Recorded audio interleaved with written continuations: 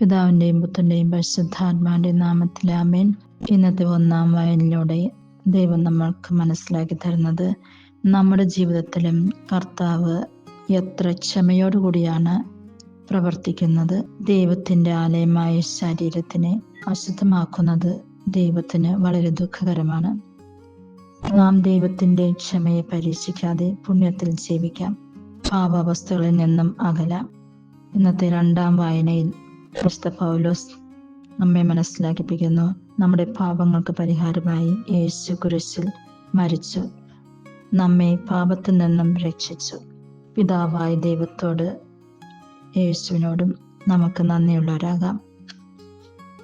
ദൈവത്തെയും അവരിനെയും സ്നേഹിച്ചും സേവിച്ചും ജീവിക്കാം.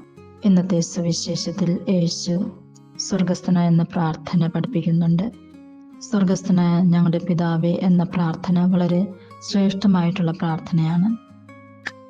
യേശു നാം പിതാവിനെ അറിയുവാനും അനുഭവിക്കുവാനും ആരാധിക്കുവാനും ഈ പ്രാർത്ഥനയിലൂടെ പഠിപ്പിക്കുന്നു.